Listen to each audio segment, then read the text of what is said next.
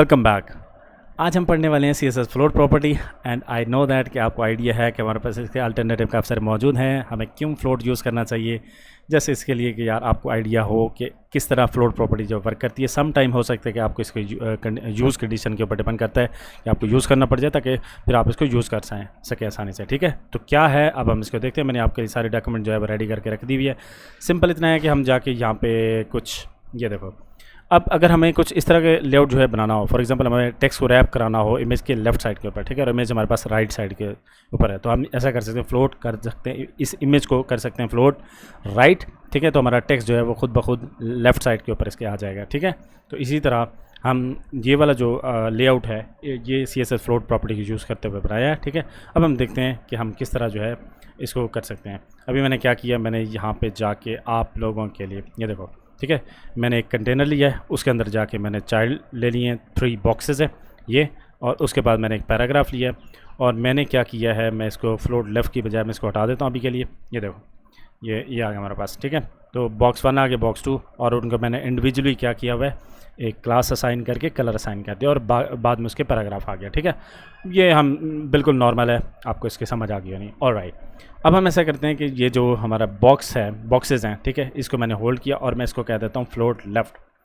इससे होगा क्या, जैसे मैंने फ्लोट लेफ़्ट किया ना, इसका ये मतलब है कि ये पहले वाला फ्लोट हो जाएगा लेफ़्ट साइड पे। ठीक है, ये लेफ़्ट साइड पे हुआ फ्लोट, इसका राइट जो है वो खाली था। जो बॉक्स 2 था उसने देखा कि इसका राइट खाली है तो वो दूसरी यहाँ पे आ गया। ठीक है, इसी तरह बॉक्स 3 ने देखा कि बॉक्स 2 का जो राइट साइड है वो खाली है तो बॉक्स 3 यहाँ पे आ गया। इसी तरह जो बाकी एलिमेंट्स है वो भी ऐसे ही करते आएंगे। ठीक है, इसी के लिए फिर हमारे पास एक और प्रॉपर्टी है। तो इसी तरह हम क्या कर सकते हैं, फ्लोट राइट भी कर सकते हो आप। ठीक है, फ्लोट राइट भी कर सकते हो। ठीक है, ये देखो, ये फ्लोट राइट, तो इसी तरह बाकी सारी चीज़ें जो है उसी तरह काम करेंगी। ठीक है, तो जैसे जब हम ये प्रॉपर्टी यूज़ करते हैं तो इसी के लिए फिर हमारे पास एक प्रॉब्लम आती है कि यार ये तो ऐसे तो फिर बड़ा मसला आएगा। मतलब मैं ये चाह रहा हूँ कि ये जो टेक्स्ट है मेरे ये वाला, ये वहाँ पे फ्लोट ना हो। ठीक है, इसके साथ, तो उसके लिए फिर हमें क्या करना पड़ेगा, तो आप ऐसा कर सकते हो, जिस एलिमेंट के ऊपर आप चाहते हो कि फ्लोट का जो इफेक्ट है वो ना हो, जैसे कि हमारे पास ये P एलिमेंट है। ठीक है, तो इसके ऊपर यानी मैं कहूँगा कि क्लियर बोथ। ठीक है, क्लियर बोथ, ये करने से ये होगा कि यानी दोनों साइड से, इस एलिमेंट के दोनों साइड से कोई भी इफेक्ट नहीं आएगा और वो दोनों साइड से क्लियर हो जाएंगे। ठीक है, आप क्लियर लेफ़्ट भी कर सकते हो, क्लियर राइट भी कर सकते हो, ये कुछ इस तरह से। ठीक है, तो ये इस तरह ये होगा कि राइट साइड पे नहीं आने देगा, इसी तरह जो है ना लेफ़्ट साइड पे नहीं आने देगा। आई होप कि इसकी आपको अंडरस्टैंडिंग होगी नहीं है। अब हम ऐसा करते हैं, कुछ थोड़ा सा है ना एक लेआउट बनाते हैं, जैसे कि हमारे पास मैं ऐसा करता हूँ कि 2 बॉक्सेस ले लेता हूँ। ये फॉर एग्ज़ाम्पल ये मैंने हटा दिया, यहाँ से मैं ये हटा देता हूँ ताकि आपको आइडिया कि इससे लेआउट हम किस तरह बना सकते हैं। ठीक है, यह आ गया, लेट्स से डिव क्लोज़ कर दिया हमने, और हम यहाँ पे लेते हैं div 1, या इसको हम क्या देते हैं लेफ़्ट। ये आ गया हमारे पास लेफ़्ट। ठीक है, और इसके अंदर हम कुछ रख लेते हैं, चलो अभी के लिए हम ऐसे ही कर देते हैं, और ये आ गया हमारे पास राइट। ठीक है, ये कुछ। अब मैं ऐसा करता हूँ कि मैं ये बॉक्सेस हटाता हूँ यहाँ से, और इसी तरह मैं इसको भी हटाता हूँ ये। ठीक है, इसको भी फिल वक्त अभी हम हटा देते हैं। ऑलराइट, अब हम पकड़ते हैं जी लेफ़्ट को यहाँ से।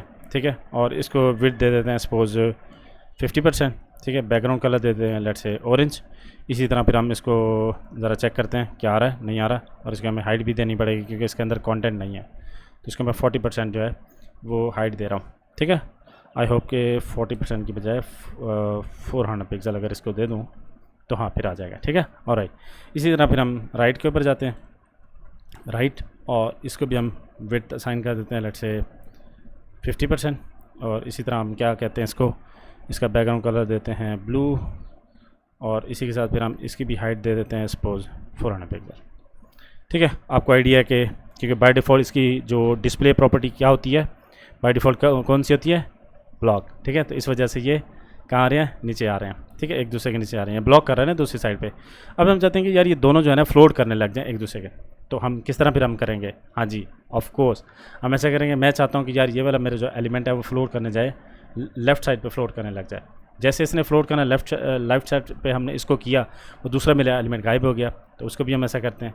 इसको हम कहते हैं कि भाई आप ऐसा करो, आप ना फ्लोट करने लग जाओ राइट साइड के ऊपर, ये देखो। ठीक है, तो अब हमारा कुछ इस तरह से जो ये जो एलिमेंट है हमारा इस तरह फ्लोट हो रहा है, और ये वाला हमारा इस तरह जो है वो फ्लोट हो रहा है। और जो कंटेनर भाई साहब है इसको भी हम पकड़ते हैं, कंटेनर को, और इसको हम कहते हैं कि यार आपने ऐसा करो पैडिंग ऐड कर दो थोड़ी 20 पिक्सल। हम इसको पैडिंग अगर ऐड कराएंगे तो हमें ये आसानी से नज़र आ जाएगा। ठीक है, आई होप कि इसकी क्लैरिटी आपको हो गया। नहीं तो इस तरह हम कुछ जो है ना इससे लेआउट बना सकते हैं, लेकिन अब ये जो प्रॉपर्टी है ज़्यादा यूज़ नहीं होती। अब हमारे पास इससे बहुत बेहतर और बहुत ज़बरदस्त किस्म, काफ़ी कन्फ्यूजिंग थी प्रॉपर्टी ये वाली, तो इस वजह से लोगों ने इसको जो है ना वो जो CSS के इंजीनियर्स हैं उन्होंने फिर एक नई जो न्यू प्रॉपर्टीज़ हैं वो लेके आए, और उसने हमें बहुत ही आसानी से लेआउट बनाने के लिए वो हमारी हेल्प की।